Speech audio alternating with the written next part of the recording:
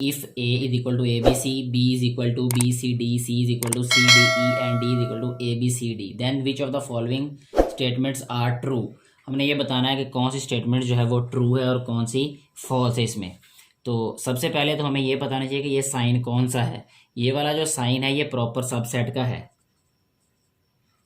Proper subset, क्योंकि सभी में सेम साइन है इसलिए एक ही दफ़ा इसको हम एक्सप्लेन कर लेते हैं ताकि पता हो, फिर हम बता सकते हैं कि क्या ये प्रॉपर सबसेट्स हैं या नहीं हैं।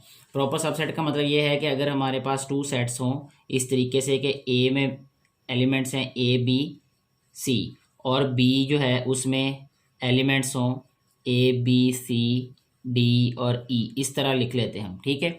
अगर ए के सारे एलिमेंट्स बी में हों, ठीक है, लेकिन बी के कुछ एलिमेंट्स जो हैं वो ए में ना हो, देन ए बी का क्या होगा, प्रॉपर सबसेट।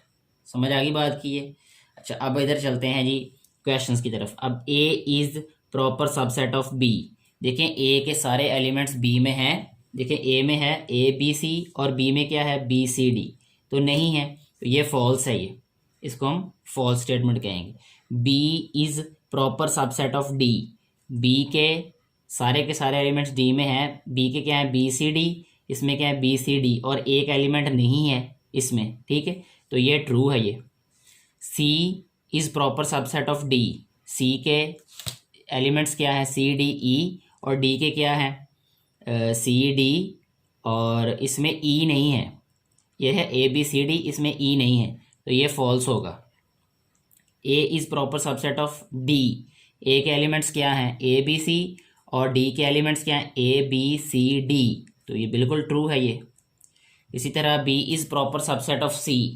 बी क्या प्रॉपर सबसेट है सी का, बी के बी सी डी और इसके क्या है सी डी ई, ये फॉल्स है ये, ठीक है, डेफिनेशन के अकॉर्डिंग ये फॉल्स होगा।